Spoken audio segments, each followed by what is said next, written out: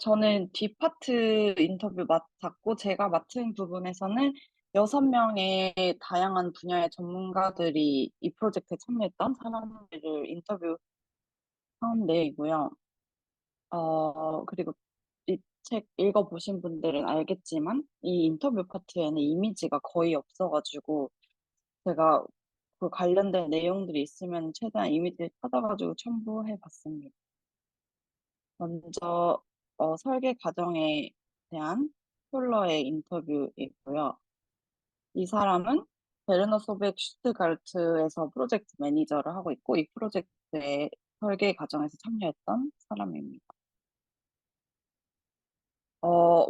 이 프로젝트를 진행하면서 가장 크게 느꼈던 챌린지가 뭐냐고 했을 때는 그 답변에 이제 너무 큰 자유도가 오히려 챌린지였다고 했는데요. 예산 이외에는 픽스된 게 아무것도 없었고, 유닛이 어떤 형태로 생길 건지, 어떤 재료를 쓸 건지 등 모든 거를 하나부터 열까지 다 스스로 시스템을 개발하고 결정해야 됐어서 그 자유도가 오히려 어려움이었다고 했고, 또 재활용된 재료들을 몇 가지 대표적으로 이미 알려진 것들을 사용하는 게 아니라 어, 가능한 최대한 여러 가지 종류를 실험해보고 사용해서 특별한 구조나 컨셉을 창조해야 되는 게 어려운 점이라고 했습니다. 그리고 이 프로젝트를 진행할 때 그 파트너들을 어떻게 그들에게 확신을 줘서 이 프로젝트를 진행할 수 있었냐 그 방법에 대해서 물었을 때는 먼저 그들이 프로젝트 시작 전에 리서치 셋을 진행했고 그래서 그런 리서치를 통해서 뭐 다양한 재료나 방법들을 매력적으로 보이게 해서 사람들의 관심과 호기심을 불러일으켰고 또 이런 이슈가 될 만한 신선한 프로젝트에 참여한다는 그 의의 자체에 사람들이 매력을 느껴서 함께 하게 된 곳들이 많았다고 합니다. 그리고 뭐 과정 중에서 모든 협업이 완벽하게 성공적으로 이루어진 건 아니었지만 어쨌든 결과적으로는 새로운 인사이트나 새로운 프로젝트들을 많이 이끌어낸 성공적인 콜라보레이션 프로젝트였다고 했어요. 그리고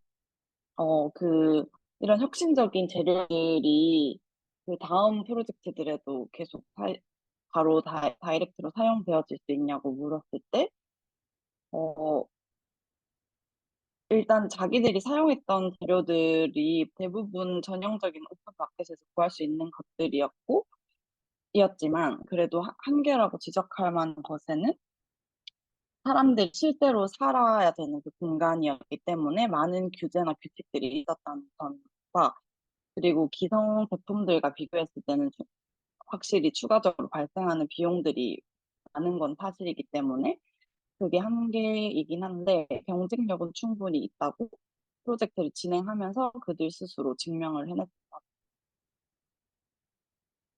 그리고 이 프로젝트에서 쓰인 그 컨셉들이 더 큰 스케일에서 적용되기 위해서는 어떤 것들이 요구되냐는 질문에는 어, 적용 가능한 공공 기반 시설들이 요구되어진다고 하면서 이 기반 시설을 이 기반 시설에는 모든 이해관계자들을 포함해야 될 뿐만 아니라 건설업자, 뭐 설계업자, 건물주, 제조업자 및 하청업자, 재활용 전문가, 철거업자들까지도 모두 모든 과정에서 전부 포함시켜야 된다고 했습니다.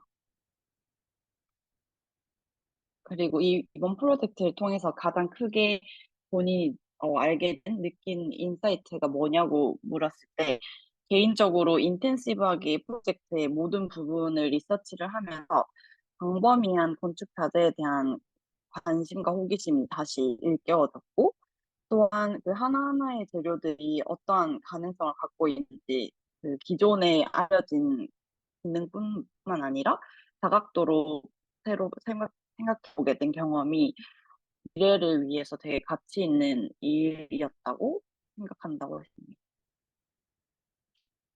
다음은 또 설계 과정에 대한 펠릭스 하이젤의 인터뷰입니다.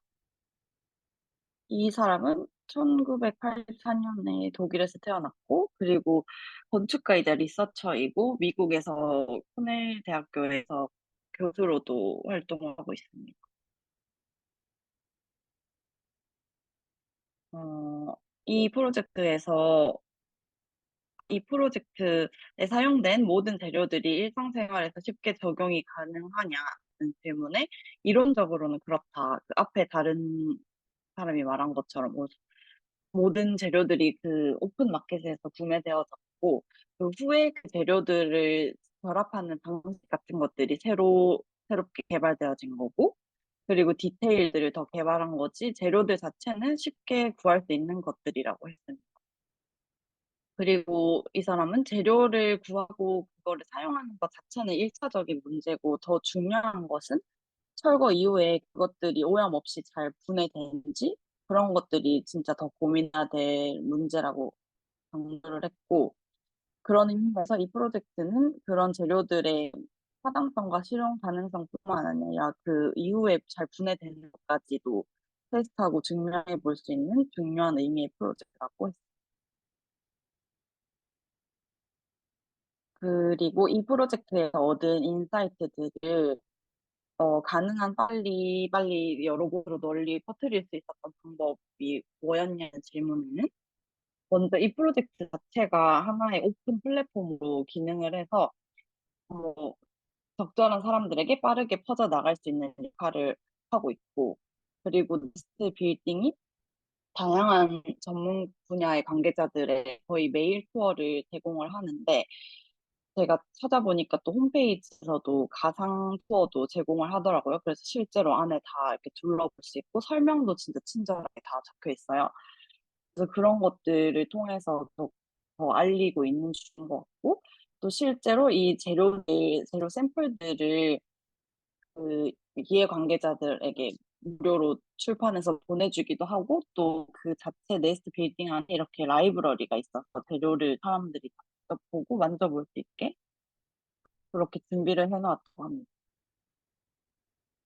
그리고 또 순환 경제를 위한 건축 산업을 만들기 위해서 만드는데 가장 큰 장애물은 무엇이냐라고 물었을 때, 어, 현재의 자원 소비 선형 모델에서 사이클 측면에서 생각되는 건설 부분으로 전환하는 것 자체가 실질적으로 쉽지 않은 조정이라고 말하면서, 순환 경제는 사실 디자인 아주 초기 단계 때부터 된다고 말하고, 그리고 또 모든 이해 관계자들이 다 함께 협력해야 되는 게 중요하게 요구되는 과제라고 했습니다. 이 프로젝트에서 개인적으로 가장 흥미로웠던 재료는 뭐냐고 물었을 때 세 가지를 말했는데요. 손잡이랑, 그리고 화장실에 사용되는 재활용유리랑, 그리고 아까 앞에서 학성님이 말씀해 주셨던 펑, 어, 버섯?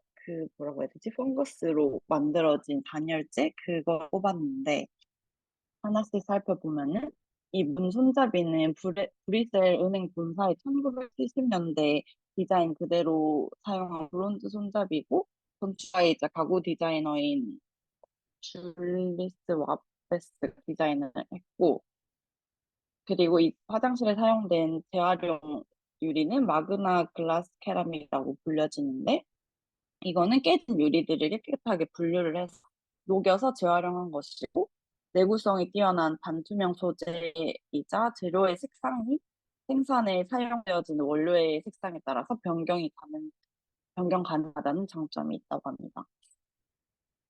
또 이 미셀리움 단열재 이거는 그 이름이 마이크로폼인데 인사체 단열재라고 번역이 되는데 버섯의 뿌리와 농업 폐기물이 주 자원이고 또 그 촉촉한 원료 혼합물을 틀에 붓고 나면은 스스로 며칠 동안 어떠한 형태로 진화하고 자라서 어떤 형태를 구성한다고 합니다.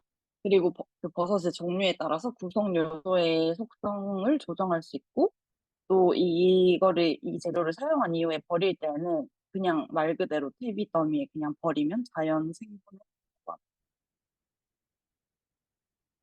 5년 후에 이 프로젝트는 철거가 되기로 예정이 되어 있는데 그 이후에 재료들은 어떻게 되냐고 물었을 때 5년이 되면 처음에 그 제작했던 7개 모듈을 원래대로 분리를 하고 그런 다음에 공장에서 구성 부품을 분리하고 또 이제 남는 재료들을 다시 재활용할 거라고 하면서 용도 변경이 가능한 것은 새 건물을 짓는 데 사용을 할 것이고 또 재활용에 적합한 일부 제품들은 원래 이 프로젝트를 진행할 당시에 여러 제조업체들에게 대여를 하거나 그랬는데 그 임대했던 것들을 다시 돌려줄 거라고 하고 또 나머지 기술 원료들은 분리를 해서 고급 재활용품으로 공급할 수 있게 할 것이라고 합니다. 세 번째 브렌슈툴이라는 사람인데 이 사람은 건축가이자 엔지니어고 슈투트가르트에서 태어났고 그리고 이 프로젝트에서 사용된 조명을 담당한 림부스 그룹이라는 회사의 파운더입니다. 지속 가능성과 수명 주기를 제품에 통합할 수 있는 방법은 어떻게 하는 겁니까? 라고 물었을 때, 디자인의 아주 초기 단계 때부터 재료의 순도와 분리성을 고려를 해서 디자인을 해야 된다고 했습니다. 그리고 이 님부스 조명 회사에서 이 프로젝트에서 참여했던 조명인데, 제일 대표적인 게 이제 그 천정의 그리드를 따라서 메인룸에 설치하는 천장 조명이고, 이 조명들은 모든 그리드 지점에 설치를 할 수 있기 때문에 사용자의 요구 사항에 따라서 다양한 구성이 이루어질 수 있는 장점이 있고, 또 오른쪽 사진은 이동식 조명인데, 이 조명에는 동작 및 밝기 센서가 장착이 되어 있어서 따로 리모컨으로 컨트롤할 필요가 없어서 경제적이라고 합니다. 또 이 프로젝트를 통해서 가장 크게 느꼈던 점은 본인은 less is more라고 했는데 엄격하게 제한되는 그 기초 재료들을 통해서 디테일을 개발하고 다양한 접합 방법을 구성하면서 이제 그런 스펙트럼이 사람들을 더 창의적으로 만든다고 했고요. 그리고 그런 걸 통해서 기존의 재료들의 디테일을 다시 보게 하기도 하고 같은 재료일지라도 그 재료에 대한 완전히 새로운 시각을 부여받았다고 합니다.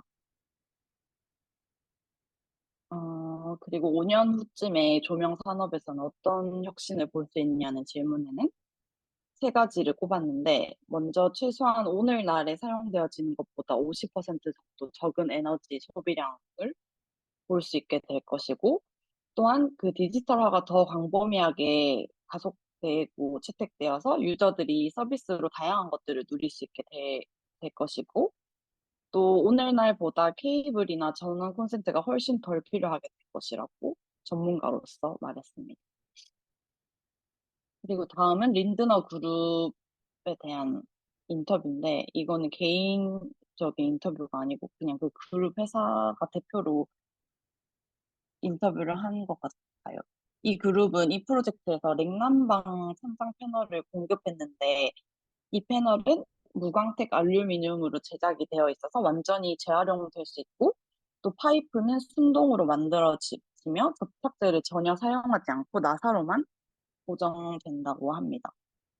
그래서 전체 시스템을 나중에 재사용할 수 있고 깨끗하게 재활용할 수 있습니다. 첫 번째 질문으로는 지속 가능성과 현대적 건축이 양립할 수 있냐라는 질문에 어, 있다, 없다 이렇게 말하진 않는데 처음부터 끝까지 모든 과정에서 모든 이해 관계자들이 힘을 합쳐야 된다. 그렇지 않으면 실행이 어렵다. 그리고 지속 가능성을 성공적으로 구현하려면은 모든 단계에서 끝까지 사람들이 계속해서 인볼브 되어서 지속적으로 협력해야 된다고 강조를 했어요. 또 이러한 실험적인 프로젝트에 참여하는 것 자체가 어떤 의미가 있냐라는 질문에는 자기 그룹의 입장으로서는 적합한 건축 자재 구현을 촉진해낼 수 있는 기회로 작용이 되었다고 했고, 또 이게 실제 생활하는 환경 안에서 쓰여지는 것들이기 때문에 그게 실제로 실현 가능한지 사람이 살 수 있는지 그런 거를 테스트해 볼 수 있고 또 그에 맞는 건축 자재나 기법들을 자체적으로 개발할 수 있는 좋은 기회였다고 합니다. 그리고 이 프로젝트를 진행할 때 본인들의 기존 제품을 사용했냐 아니면 새로운 솔루션을 완전히 새로운 솔루션 사용했냐는 질문에는 거기 자기들이 제공한 그 냉난방 천장 패널 자체는 자기들에게 원래 있던 표준 제품이지만은 모든 연결부가 재활용할 수 있는 재료로 만들어졌어야 돼서 그거를 개발한 자체가 새로운 솔루션이었다고 그래서 믹스였다고 했어요. 또 다음으로는 마티아스 카우프만이라는 사람인데 이 사람은 오스트리아 사람이고 이 카우프만 찜머가이 und 티셔가이라는 회사에서 매니징 디렉터를 하고 있습니다. 그리고 이 회사는 이 프로젝트의 컨트랙터로 참여했던 회사입니다. 어, 첫 번째 질문으로 프로젝트 운영에서 지속 가능성과 라이프 사이클의 같은 그런 토픽들이 어떤 역할을 했냐는 질문에 먼저 우리 그 본인들이 사용했던 목재들이 어디에서 왔는지 그런 것까지도 본인들은 신경을 쓰게 되었고 그래서 그 지속 가능성이나 라이프 사이클이라는 그 큰 주제가 되게 중요한 주제로 프로젝트에서 계속 어, 여겨졌고 또 그 자신들이 사용한 목재가 토종 가문비 나무랑 인근 제재소에서 구할 수 있는 밝은 갈색 물풀의 나무만을 사용했 그런 것까지 다 고려를 했다는 게 신기했고요. 그리고 목재가 빌딩의 재료로서 어떤 이점이 있냐는 질문에 세 가지를 말했는데, 먼저 탄소 중립성, 그리고 적게 나가는 무게, 그리고 뛰어난 작업성을 들었는데, 그 뛰어난 작업성 덕분에 이 모듈 시스템을 만들어서 개발해서 하루 만에 모든 거를 그 모듈을 이제 집어 넣을 수 있을 정도로 그런 높은 조립도가 장점이라고 합니다.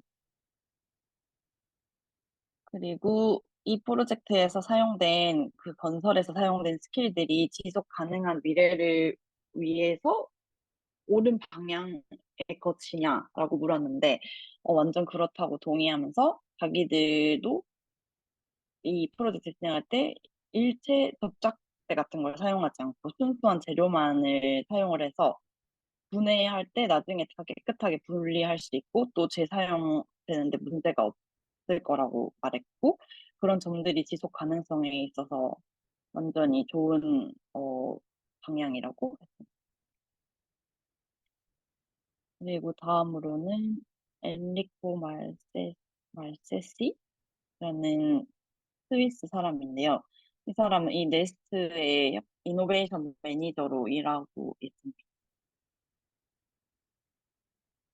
어, 가장 자주 방문자들로부터 받는 피드백이 어떤 거냐 물었을 때 방문자들이 일단 되게 많이 놀란다고 해요. 그 모든 재료들이 재활용이 가능한 걸로 이루어졌는데도 이런 퀄리티의 건물이 나올 수 있고 또 생활 환경이 되게 높은 수준의 품질로 보여서 그런 거를 보면서 되게 많이 의외라고 생각하면서 놀란다고 하고 또 미적으로도 예뻐서 놀란다고 합니다.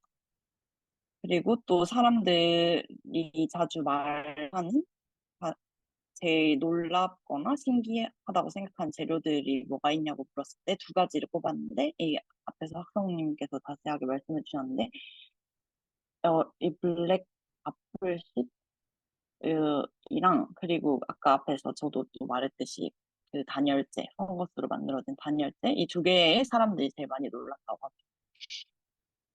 그리고 이 재료는 색깔도 변형될 수 있다고 해서 찾아보니까 이런 식으로 다양한 종류로 플라스틱 어떤 것들을 사용했느냐, 어떤 것들을 재활용했느냐에 따라서 색깔이 다 다르게 구성될 수 있어서 개인적으로 예쁘게 디자인적으로도 보일 수 있을 것 같아서 좋은 재료라고 생각을 하고 그리고 이 재료는 높은 경도와 밀도 그리고 우수한 UV 및 내구성 그리고 적당한 긁힘 저항성도 가지고 있을 뿐만 아니라 100% 방수가 된다고 합니다. 어, 그리고 이 사람들이 놀라는 이유 중에 또 하나가 이것들이 보통 우리가 일반적으로 사용하는 페트병의 그 플라스틱 같은 소재들의 재활용이라서 더 놀랜다고 하는데 이 인터뷰이가 말하기로 페트병이 꼭 다시 페트병으로 재활용될 필요는 없다. 완전히 새로운 재료로 재활용되어도 된다는 인식의 전환이 필요하다고 말했습니다.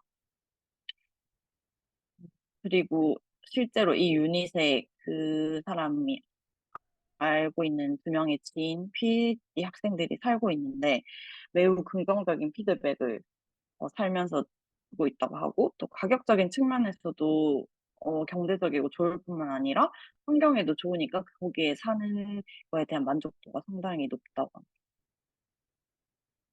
이상입니다. 되게 발표가 짧네요. 이상입니다.